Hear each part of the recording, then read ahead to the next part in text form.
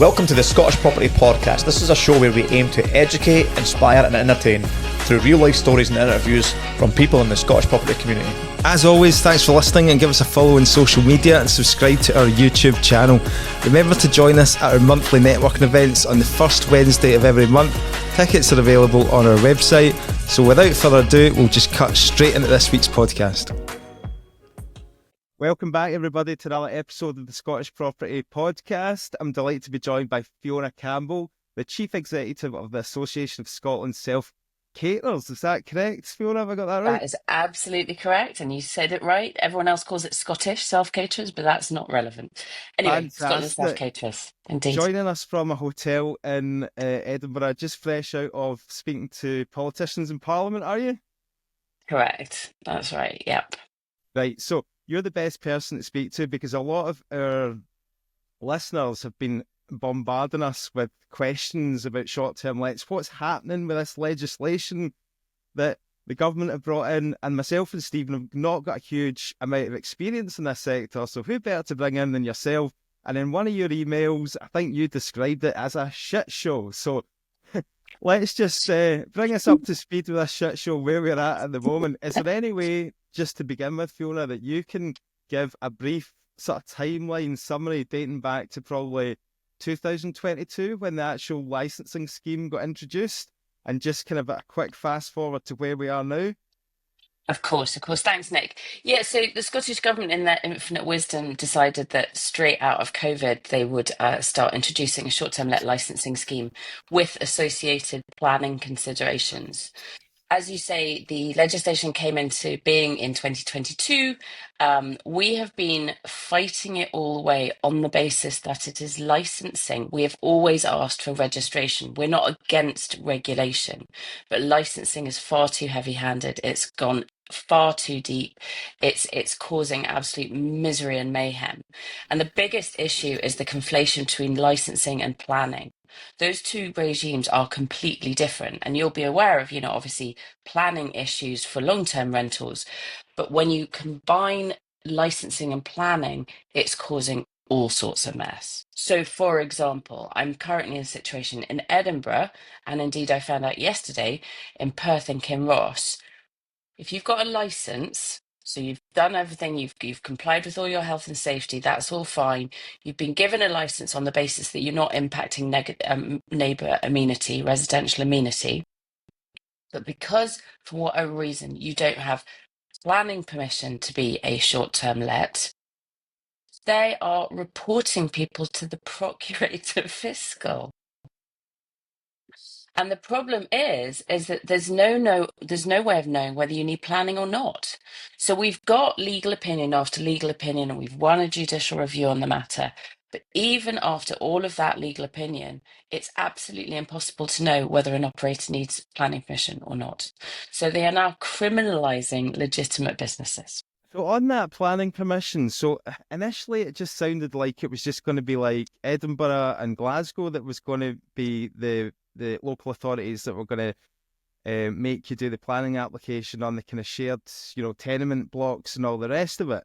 But are you saying that now all the local authorities in Scotland are taking that approach, or just some of them, or? The difficulty is that, and this goes back to legal opinion that we've had since 2018, is that you only need planning permission if there is a material change of use. But unfortunately, there's no legal definition for a material change of use. So therefore, it becomes entirely subjective.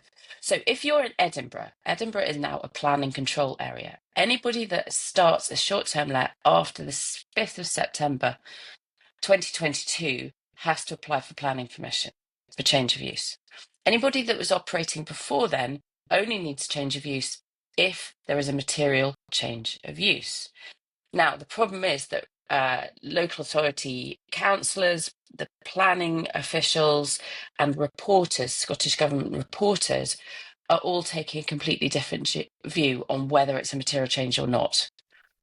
Unfortunately, the way it's going at the moment is that 498 out of 500 planning applications have been rejected in Edinburgh. So what? So they are. So like, let's just, because you obviously speak to your members who were operating self-catering units, short-term, like, whatever you want to call them, free. legislation. So what happened to those people and what process are they at with those Okay, it's kind of applications? complicated, and it's like a really complicated game of chess, and I hate chess, but there you go. And the local authority keeps changing the rules. So instead of the king going forwards, the king's like skipping six to the side because he fancies it that day. So anyway, so for existing operators, City of Edinburgh Council made them put in a planning application anyway. We took them to court, took them to the Court of Session, and won at judicial review. They did not need to do that. So anybody that hadn't had their planning application considered then withdrew their planning applications. And then Edinburgh Council said, no, you still need to put them in. You still need to put them in. And we're going to pause consideration of your licence if you don't put a planning application in. We threatened them with the third judicial review, and they conceded and said, all right, okay, you're right. You don't need planning permission. So they then had to give hundreds and hundreds in one day, 16th of September last year, they had to grant loads and loads and loads of licenses. So that was great. But we're now in a position where they are actively enforcing on those people that withdrew their planning permission applications, and they are reporting to the Procurator Fiscal, So yeah, we had criminalising them. we had somebody that we know who posted a letter from Edinburgh Council just recently in a Facebook group, and I read it last night, and it was an enforcement letter to say that he was being called into a meeting. Yes, Does that sound like something that's been I think happening I then? know. I think I know exactly who that is. Yeah, But he's not alone. It's now happening more and more. So another operator who's got their license, so they're operating completely lawfully, everything's fine, and a neighbour complained about a baby crying, in that kind of beautiful neighbourly objection way that they do. They complained about a baby crying, so there was noise. And in the letter that went back to the operator, it said, blah, blah, this is what you need to do about the baby crying or the noise. But we notice that you don't have planning application in, so we are reporting you to the Procurator Fiscal. right. So do you think that then that this is only an issue then if people are making it an issue, i.e., if neighbours find out that there's a short-term let operating and they're going, to the They'll find council, they'll find whatever reason they can to get them shut down. and this It's is when just the bizarre. council are stepping in with this kind of enforcement and Yeah, heavy-handed approach. yeah. All the other people who their neighbours are fine with it, they're just kind of continuing to operate as normal. Was that kind of how it's playing out? Yes, but we are actually worried that just after the hundreds of licenses were granted last September, City of Edinburgh Council employed somebody, an ex-police officer, no less, to kind of look at enforcement. And it looks like she's the one that's driving this. So they've got a list of those hundreds of licenses that were granted. And the first one that I think you're referring to, that property starts with letters AB. So is she starting from the top of that list? Right. Call me cynical, right? It's terrifying. But what I learned yesterday when I was in Parliament meeting with MSPs is an MSP in Perth and Kinross is helping a constituent. They have had the same letter. Okay. So, And when obviously you've had a lot of meetings with politicians and all the rest of it, what is the general? I mean, we're talking about it was originally an SNP Green government. mm, Now the Greens have departed. We know that they were obviously driving a lot of policy because they were very much anti kind of landlord, anti people who were sucking housing out the local communities, etc. Obviously, the Butte House agreement has ended. The Greens have departed government. How is the kind of vibe and the feeling amongst politicians now? We're now a couple of years into this. Where are they going with it? What are they saying? What are you picking up from yeah, them? you're absolutely right. So this is a green legacy. Well done, chaps. So this is all about the Scottish Government will sit there and say it's about basic health and safety. It clearly isn't about basic health and safety because this health and safety legislation lies out with the licensing legislation. So we all had to comply with it Everybody's happy to anyway. put smoke alarms in their proproperties, do the gas safety Fine, checks, of course. EICRs and all the rest. Of course, but you had to do that anyway. You had to do that anyway. So that's a complete smokescreen. This is all about housing. This is all about housing. And unfortunately for the policymakers that have driven this and brought this in, we now have the evidence to show how few actually secondary lets houses have been taken out of housing stock. You'll remember, for example, in Edinburgh, they always used to say, there's 12,000 short-term lets. Those could all be houses. Well, it transpires there's 2,000 secondary lets in Edinburgh, and there are 9,500 empty homes. So go do the maths. And that plays out across the whole of Scotland. We now know that there are less than 20,000 secondary lets in Scotland, and there are almost 4 times more empty homes than that. So this is not helping the housing crisis. This is not helping health and safety because there wasn't a problem in the first place. And it's not helping antisocial behaviour because there were so little evidence of antisocial behaviour, far more antisocial behaviour from neighbours. Are So these this applications, legislation sorry, has, Fiona, getting rejected based on the housing emergency then? yeah, Is, 100%. is Planning that, applications are absolutely, especially in East Lothian is behaving incredibly badly for this. yeah. They're just closing everybody down. And if you look at the economic contribution of our sector to the Scottish economy and local economies, it's £1 billion worth of economic contribution compared to these swathes of empty homes that don't contribute anything. And also, Nick, you're absolutely right using the word landlord, and that's a term that's constantly bandied around by the Green Party, by press, etc. We're not landlords. No. We're hospitality hosts. Yeah, We don't completely sit different there. industry. Yeah, we don't sit there, and I'm not being unkind to long-term landlords. We don't sit there passively taking money. We have to market our properties. We need to clean them every week or every 3 days or whatever it is. We need to make sure that they are absolutely top of their game. We are hospitality hosts in the tourism industry. So this word landlord is really difficult. Now, again, we are totally comfortable with all the regulatory requirements in terms of the health and safety. Of course, that already exists. But this planning legislation that is a law that is unknowable is rendering every single self-caterer in Scotland possibly able to be enforced against. That has to change. So what And we're legally. asking for, so what we're asking for is really simple, is a new use class order. So we need a new use class order for self-catering and indeed possibly for second homes. So This is it would be new very, planning use, is it? yeah, yeah. Right. So That's what almost we're like a asking commercial for. use for that property. Yeah. Yeah, yeah. And And and then and are obviously these the discussions that you've been having yeah, recently? And how are those discussions going down? What sort of feedback are you getting on that?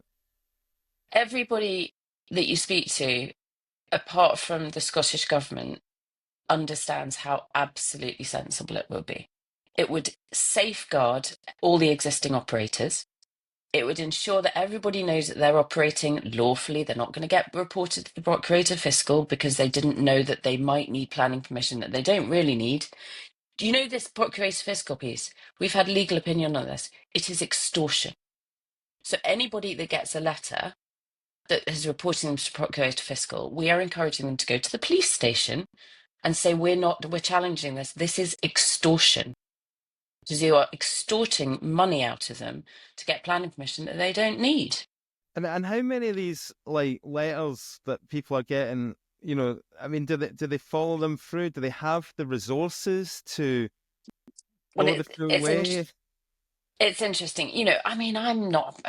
Surely the Procurator Fiscal's got something slightly more important to deal with than a bunch of dastardly landlords, for goodness sake. It's absolute bonkers.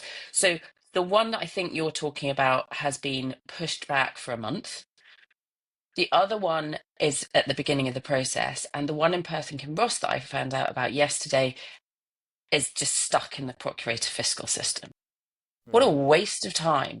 These are legitimate businesses. These aren't, rogue landlords. These aren't naughty amateur hosts. These are professional, legitimate businesses on non-domestic rates.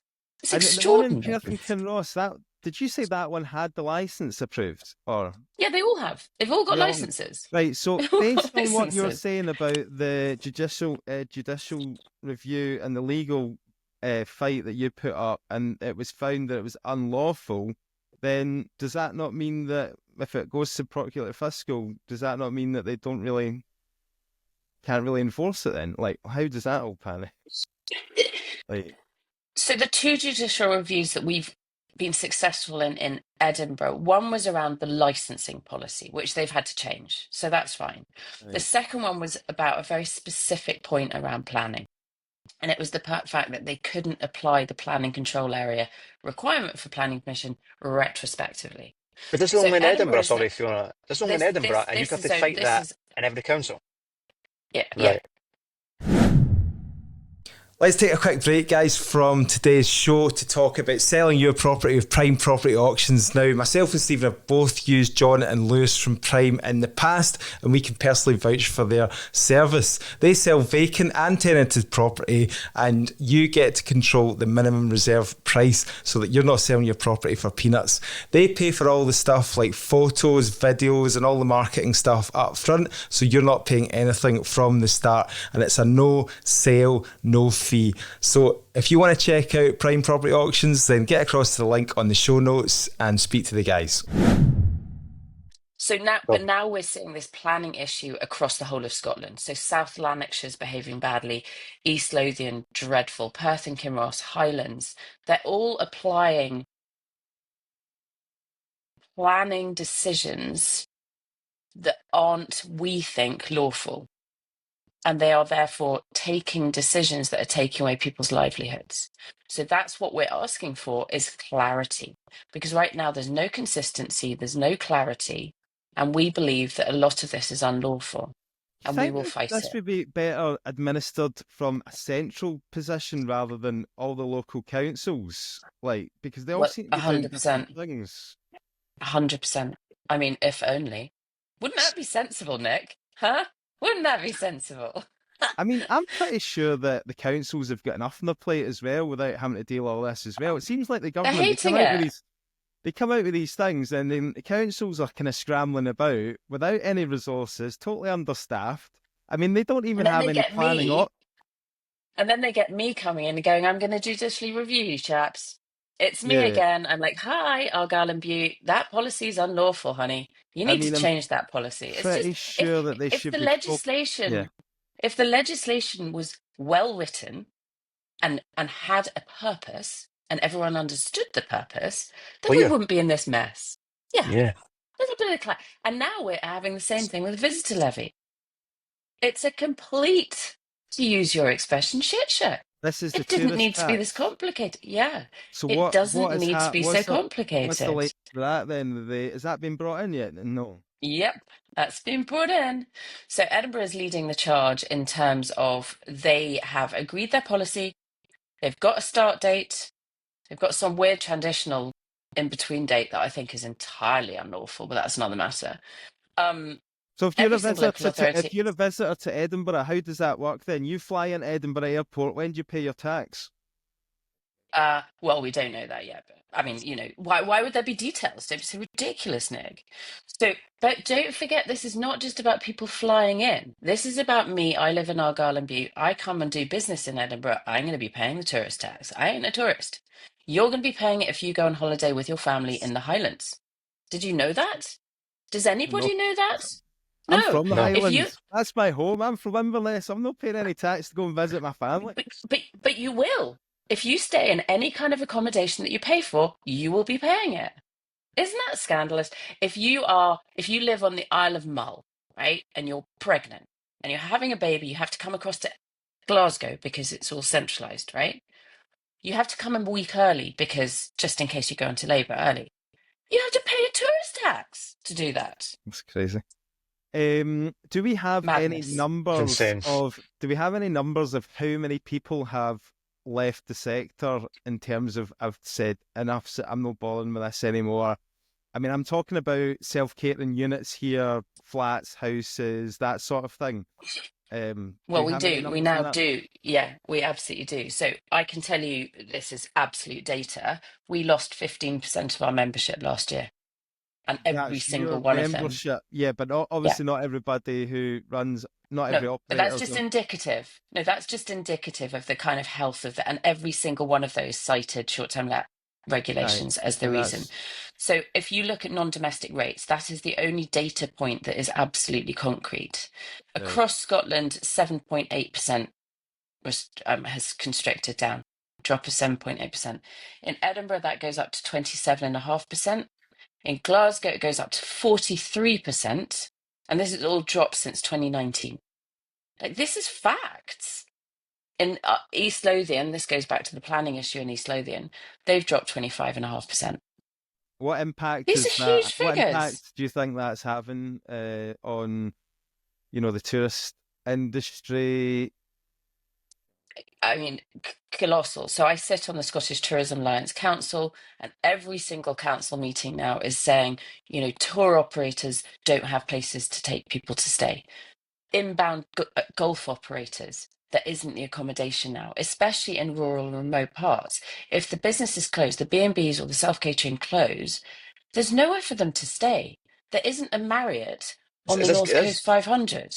is this giving the hotel operators a bit of a monopoly?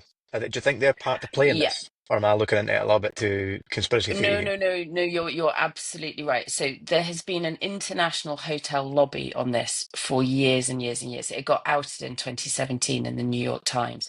They have paid millions and millions and millions of dollars to try and fight our sector because we're a threat. And obviously now you see the big hotel chains all adding a kind of self-catering or a part hotel element, right? It's complete. It's brilliant. I mean, they've played an absolute Yeah. blinder. It's Now, giving I'm them a not chance to suggesting that, almost pause and try and catch back up with yeah, industry and evolve, yeah. yeah. So, did you see the other day, Edinburgh's hotel prices are the most expensive in the world?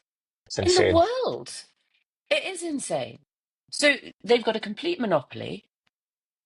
They And closing us out the market, but the impact, our issue is those big hotels take all the money in, keep all the money in the hotel, and then the taxes go abroad. Our guests go out and spend money in the local economy.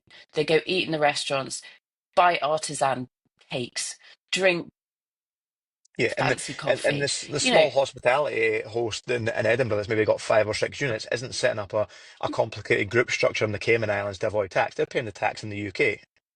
But these absolutely companies, right. Absolutely right. And it's just it is shocking that we are disadvantaging our indigenous legitimate businesses over large multinational corporations. It's not okay. And the fact is, we're so small as a sector. As I say, only 2,000 in the whole of Edinburgh, which has got 250,000 dwellings. There are Mm. 2,000 self-catering operators. So all of that narrative, and Nick said it earlier, oh, we're taking away housing stock. No, we're not. We Just aren't. to play devil's advocate, on that point, what would you say to the young family in Skye or something like that in a rural community in Scotland who are struggling to get a house to meet their needs because there is a shortage of housing, and they sort of see all these other second homes, for example, a lot of people down in England buying up holiday homes and stuff like that.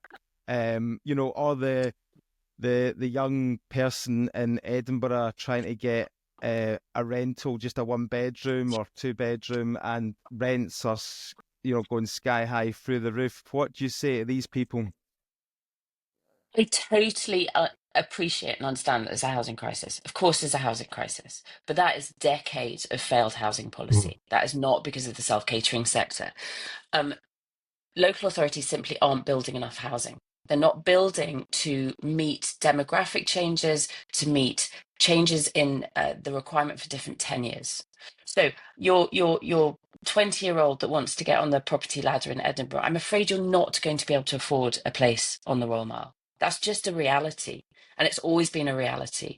We're looking at decades of gentrification, where I'm I afraid said you're this going to before, and the have to, Royal Mail was a good example of it. The people that are going to want to live in the Royal Mail will work in the tourist clothing shop or the coffee shop. They're a minimum wage almost employee. yeah, They're not affording a flat in the Royal Mail. They're having to stay no. and rent accommodation outskirts or buy outskirts of Edinburgh. They're not affording that. So I don't see how that's taken any accommodation out of the No. marketplace. And Yeah, would you want to stay on the Royal Mile? I don't want to get waken no, up by a bagpipe every morning, to be perfectly no. honest, but that's just maybe me.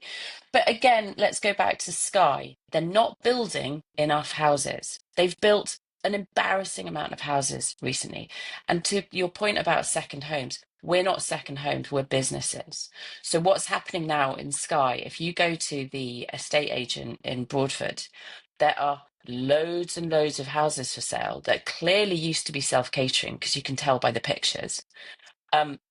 They're now not being bought as self-catering. They're being bought by Oscar from London as a second home, and they will lie empty.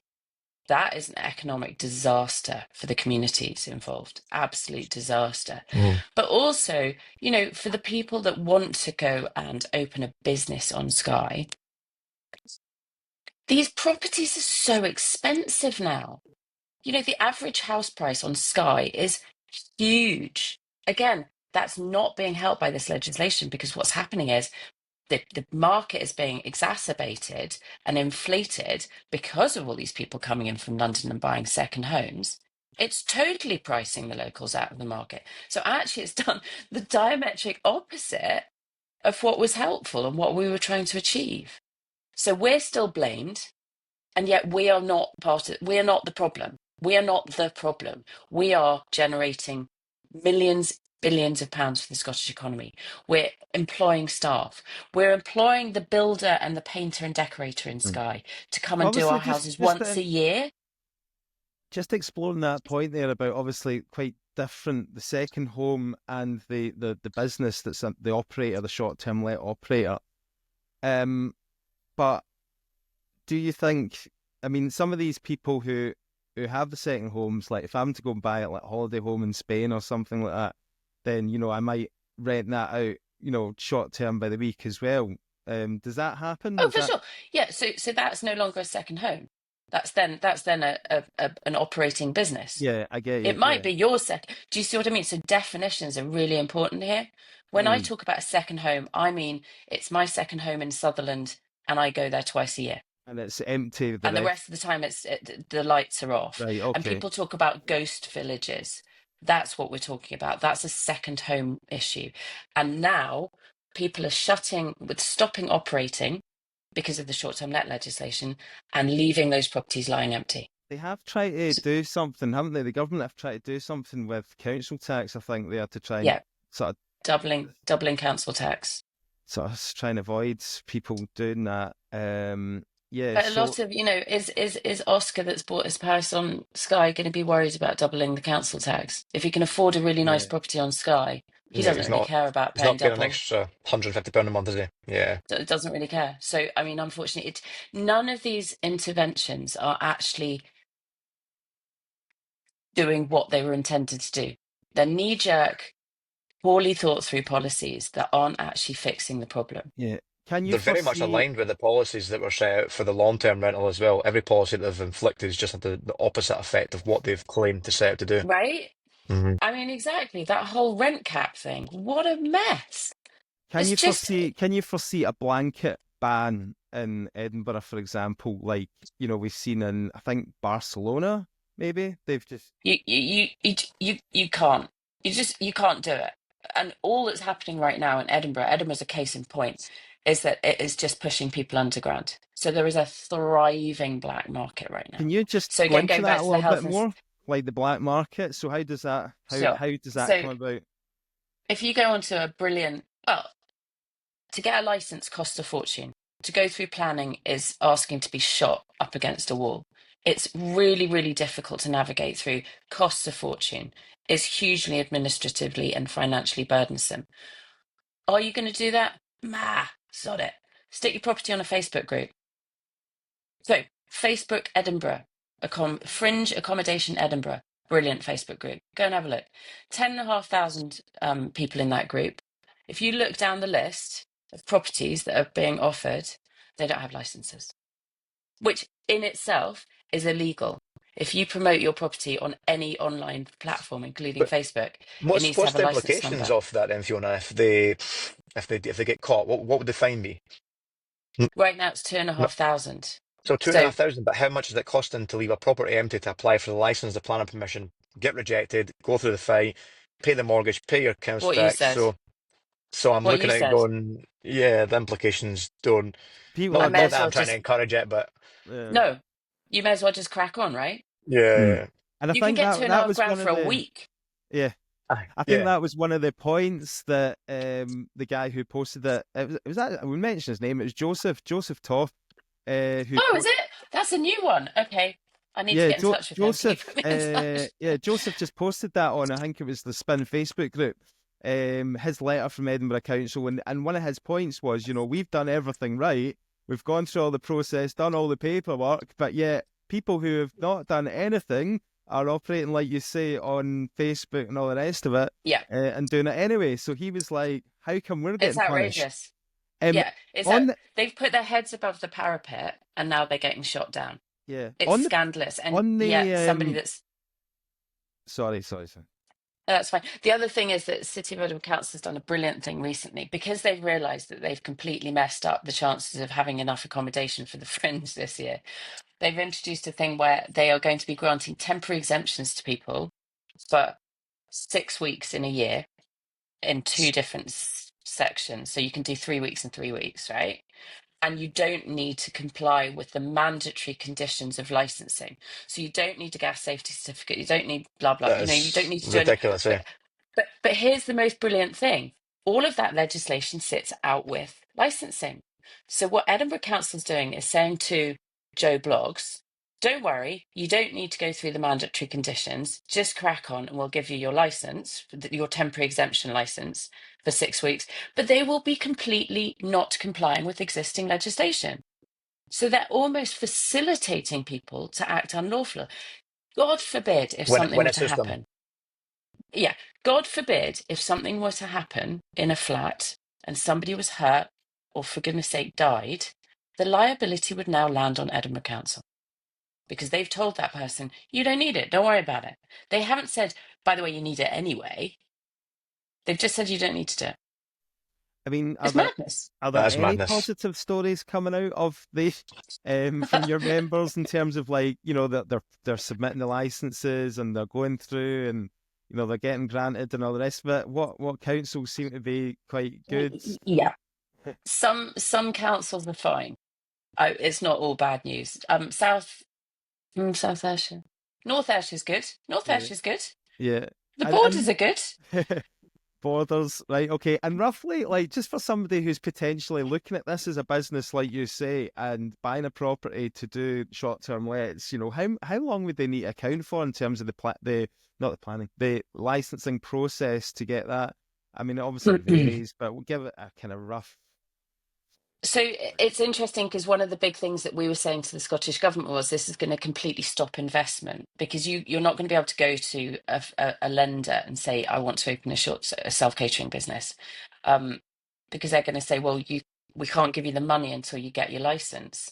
And that still stands. So it's put a complete kibosh on any investment. We did get the Scottish Government to change it slightly so that if you build a new property, so new builds, you can get a temporary license, a provisional license. So essentially, you can start building with a view to you getting the license at the end of it. I mean, there's just such a complete lack of understanding of how businesses work. They did that, but they didn't say you can start trading. So you still can't start trading. You can't take bookings. You can't take deposits. You can't take any money until you get your license. So however long it takes to build that property, you're not getting any money in. You want to build a, really good high-end property, £1 million. Imagine the risk you're taking. So they will now not, lenders won't lend unless you've got a ton of money in the bank. Yeah, and So these are the realities. what should people, like, be factoring in, like 6 months of just, like, maybe no income until they get the licensing through? They don't. Local authorities must consider a new license within 9 months. So Right. let's go 9 men. Okay. Yeah, 9 months of no income, and yeah, we've had a few guys in Why the would you do TIW that? network. group buying properties to put on short-term license and realise they're getting rejected, and they're like, oh, that was my whole point of this property, was it the location, the situation, how I've renovated it suits that strategy. To then Yeah, go, oh, I'm now going to have to go and put on the long-term rental market. Or some of them, a lot of right. them are actually giving it to Mears. You're like, to give asylum seekers, like, we've just done this property up to a fantastic condition. Now it's going to Mears for the next 5 years. Then asylum seekers is like, we're just not. It's It's so back to madness, front. isn't it? Yeah, It's madness. And the point is that the market is still there. People want to stay in self-catering units. They want the flexibility, the independence, the kitchen, the washing machine. The market is there. So but now we're pushing them into hotels. I'm in a hotel right now. I'd much rather be in a self-catering unit. I, yeah. I don't want to sit in a hotel all the time. And And obviously, I've as got a 6 kids. I'm not yeah, going to be able to afford to stay in a hotel. yeah, obviously as an operator yourself, Fiona, you've got a place in Argyll and Bute, is it? Yeah. Yeah.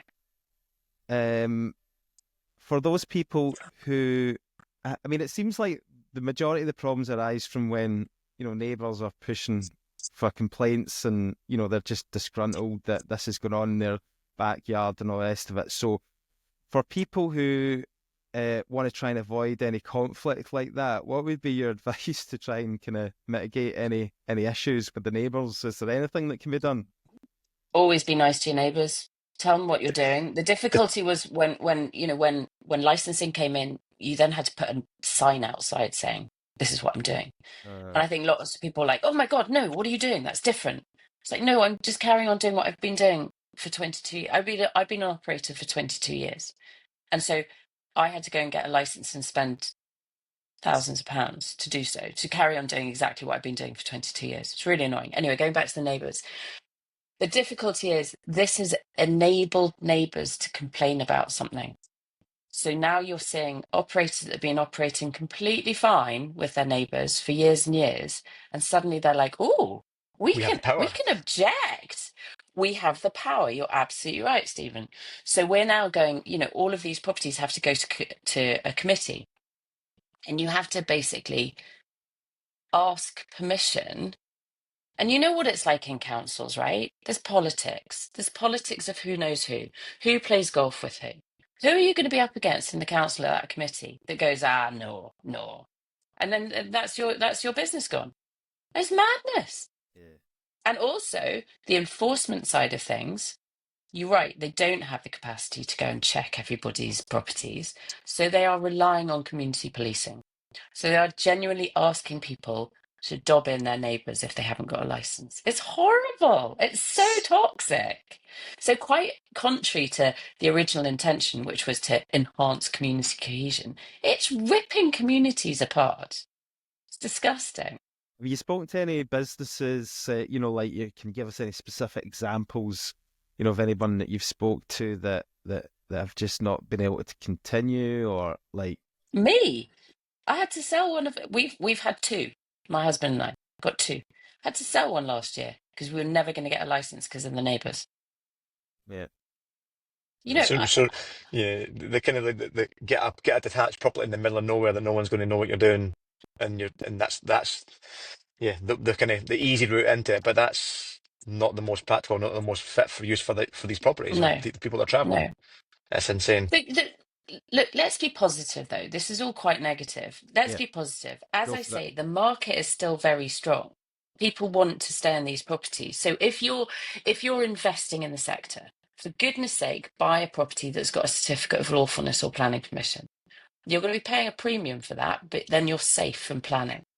Be nice to your neighbours. Make sure you're Sorry, see the professional. Manage it certificate well. of lawfulness. Sorry, just before you move on to that, Yes. something that can you just explain quickly what that is, as opposed to the planning Yeah. commission? So our position is you only need planning permission if there's been a material change of use.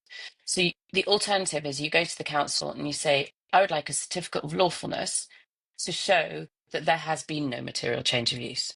So it's basically it's a certificate to say you can carry on trading. You don't need full planning permission.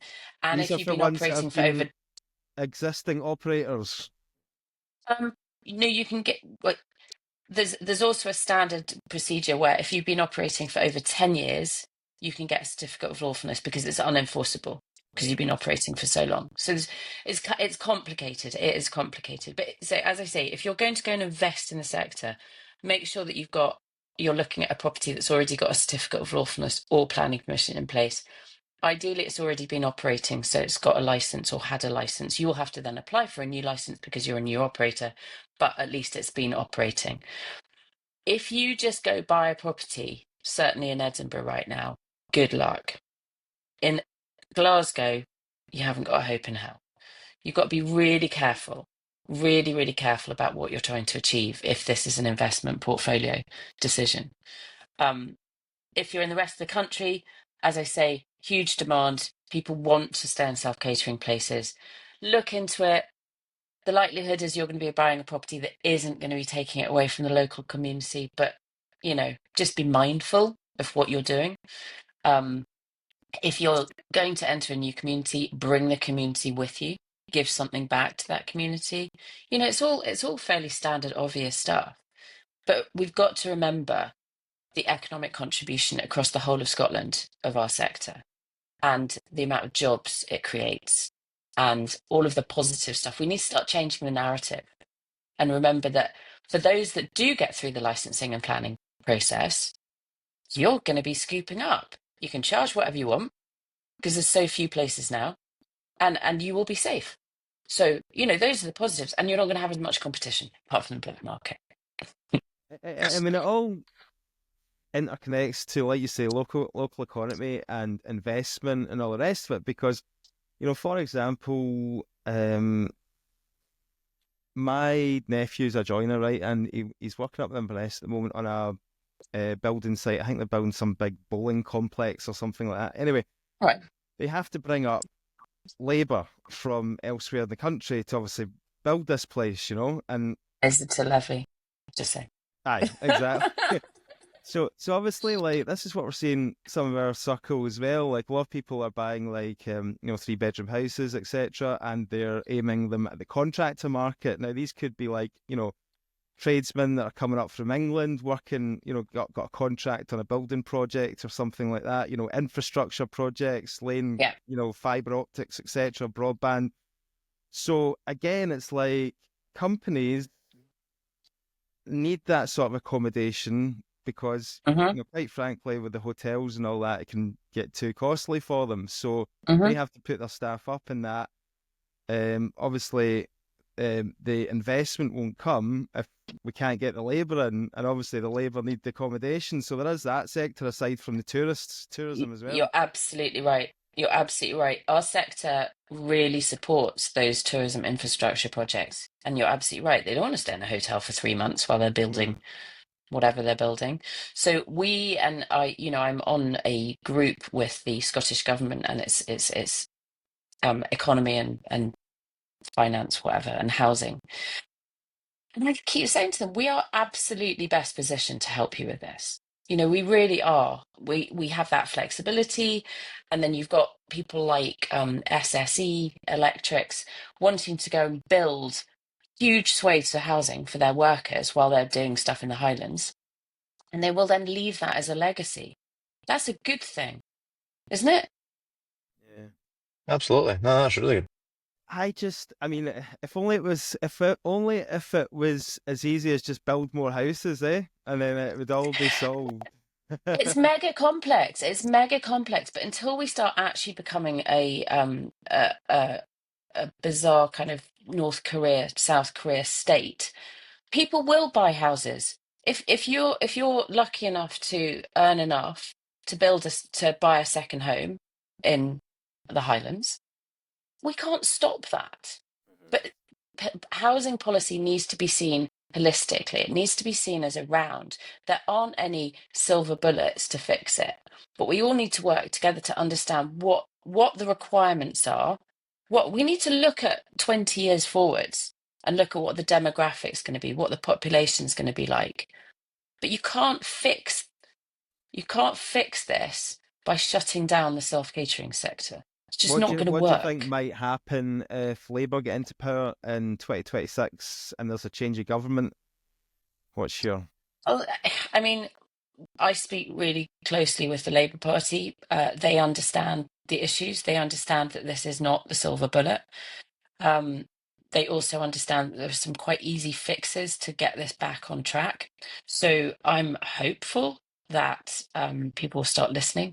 I think the current Scottish government is in a state of flux and doesn't quite know how to fix where they're at. So it's a very difficult position to be in, because we're sitting there giving them absolute empirical data, evidence this is now harming the tourism sector, and yet they don't quite know how to fix it without losing face. So I constantly try and give them, off ramps and solutions, and I just need somebody to pick one up and run with it. Do you have any sympathy at all for them, considering that they have to obviously strike the balance between, what's seen as it has become a real political hot talking point housing, and obviously they've got to be seen to try and protect, what they've got. Just And look at the main vote housing population. policy. Look at the housing policy. I won an award in 2022. It's contribution to tourism. And I was really, really proud of that. And I took it home. My husband said, shouldn't that say top contribution to housing? I said, don't you dare. I'm not. Why are we being looked after by the housing minister and not the tourism minister? I don't work in housing. I'm not housing. I'm a business. I'm a hospitality, but it drives me nuts. So until they understand what they're trying to achieve and actually look at some real reasons, real solutions to the problems, I have no sympathy whatsoever. And it will continue to be a hot potato until they fix it, until they stop shutting people down. And I don't think they can fix it, not in this, possible, not in our lifetime. We've got an aging population. People want to jump on the property ladder. It's just, it is the simple solution is build more houses, which they are unable to do, Or and unwilling to do. stopping, but yeah, or unable to do, but still shutting down short-term operators that can provide accommodation for, like the example Nick was given. That's going to hugely affect the ability to Yeah. build houses as well. So, And the problem is, because of what they've done, now people are unwilling to invest in Scotland. So builders aren't building houses in Scotland. It's too expensive to build houses. So this has to be seen holistically. Everybody needs to sit around a big, big table and go, right, what are the problems? What are the solutions? What are the real solutions? How can we all help each other? How can we encourage investment? And actually talk about it properly and cohesively. Right now, it's a scattergun approach, and it's just not going to work. It's not going to help anything or anyone. And so everybody's going to be irritated and so what's the next move for annoyed that, you guys pushing sorry, forward just to to? move on to that. Sorry, Stephen. I just talking about the demand for it as well. Like I'm the same as you. Like I've got. Did you say you had 3 kids? 6. 6. 6? Oh God. I'm definitely not in your league then. No, definitely not. I've got 3 kids, but like you, like my preferred option is the Airbnb or the self-catering unit or whatever. I'm just looking. There was a article in the paper there that was about North Coast 500 and the prices that they're charging now for hotel accommodation, and I think it was like a fish and chips or something like that. It was 25 Yeah, quid. yeah, That was yeah. the Yeah, the headline. Karlsky And Hotel. Yeah. yeah. And there's like a hotel chain that's like buying up all these kind of rundown rural Mhm. hotels and all that as well. So just think that the government, they're like you say, they just need to look at that whole thing. It's damaging, so damaging for people coming to visit as well, because soon Scotland's just going to become a place that's going to be just unaffordable to visit as well, if that continues. This is the thing, with all the licensing, with all the planning permission, the costs associated with that, with the costs associated with implementing the visitor levy, with all of these things, the end result is that your holiday is going to be more expensive next year. I mean, that's just a fact. Even if I And want to go and visit my it's mum. yeah, and it's out with our control, because unfortunately we do not have the profit margins that we can absorb these costs. It's just a reality. Stephen, sorry, I just interrupted you there. Come back. No, I was just asking Fiona, what's the plan of attack going forward for you guys then to fight it or to keep pushing forward? Have you got a clear path, or is it just one step at a time? Well, I think one of the most important things is trying to change the narrative. So everybody still sits there. They've swallowed the pill to think that our sector is taking away housing stock. So what I really want to do is go around Scotland, and you might see this happening, go around Scotland with a nice little ad van saying there are 2,000 self-catering units and 12,500 empty homes. Don't look at us. So changing the narrative, making understand people the economic benefit is really important. We're not the bad guys. We are part of a really important ecosystem where people want to stay. Nick wants to come and stay in our properties. It's a holiday. We've got to remember that we are providers of holidays and amazing memories. We're not the bad guys. So that narrative has to change. We need to keep talking to our policymakers to identify the benefits of our sector and the fact that these policies are killing it off. I think you We just mentioned it need to as well. keep Like doing that. fundamentally, you're speaking to the wrong people. If you're speaking to the housing minister and not the tourist minister, Yeah, you're arguing with the wrong people. You're not even at the right no, table and almost. Like it's you know, because they don't understand it. they love me because every time I write to the Scottish Government, I write to 5 ministers because this isn't housing, this is economy, this is local government, this is all of the different. So they all get them. They all get the letters. They must enjoy it very Thank much God, indeed. her again. Yeah, literally. I'm sure they've all got little voodoo dolls under their tables in Parliament. That bloody woman again. I sent a letter. I sent a letter to all of them on Monday night. 6 pages, very, very, very detailed. It's on our website if you want to look at it. Really detailed case studies. This is how it's not working. If you read it, you're like, how do you know if you need planning permission? Murdo Fraser from the Conservatives yesterday said to me, do I need planning permission? I went, I can't tell you. Nobody can tell you because it's completely uncertain. Anyway, so somebody emailed me back and said, this is really interesting. It's really long, that's really complicated. Is anybody going to get past page 1?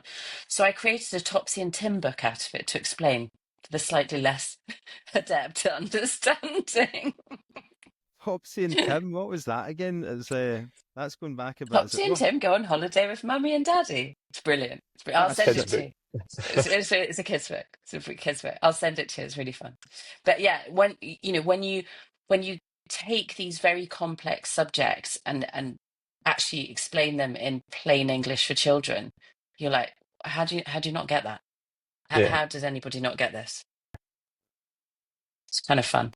It's been insightful. It's been an education, and it's also put me off investing as well. No, Sorry. like you say, I mean, like it's interesting speaking to a lot of our community as well. You know, a lot of people were, because I'm a letting agent, so we have obviously got just traditional landlords buy to let, and some of them were like, "Oh, sack this buy to let. We're not doing this anymore. It's too much hard work." And then there was this kind of like pre-2000, before they brought in the legislation, there was this that, "Oh, we'll go and start up the short-term lets," and there was quite a few people trying to get into that. And then now all this has happened. Everyone's So going yeah, back again. They've come running back. aye. So maybe I'll get my clients Works for back that I you. lost. Yeah, exactly. Hurrah. See, there's always a positive somewhere. No, that's it. Listen, it's been great, Fiona. Keep banging the drum, and I know Thank you. you're, at that Parliament as well. All these legal challenges and all the rest of it. It's obviously keeping you in a job as well. um, That's for sure. Yeah. Not terribly good for my health, but whatever. It's all good. It's all good. no, that's it. And obviously, if people are looking to join, with the best places to go on your website. 100%. If you are involved in short-term lets at all, please join the ASSC. As I say, I can only do what I do to support the sector with our membership behind us. So it's buttons, but we do so much for the sector. So please go on to www.assc.co.uk and join the community. It's a really, really lovely community to be part of. Excellent, Fiona. Thanks very much for sharing all that with the listeners and taking the time. Appreciate it. Right, Fiona, thank Absolute you. pleasure. Thank you so much. Thank you. Bye-bye.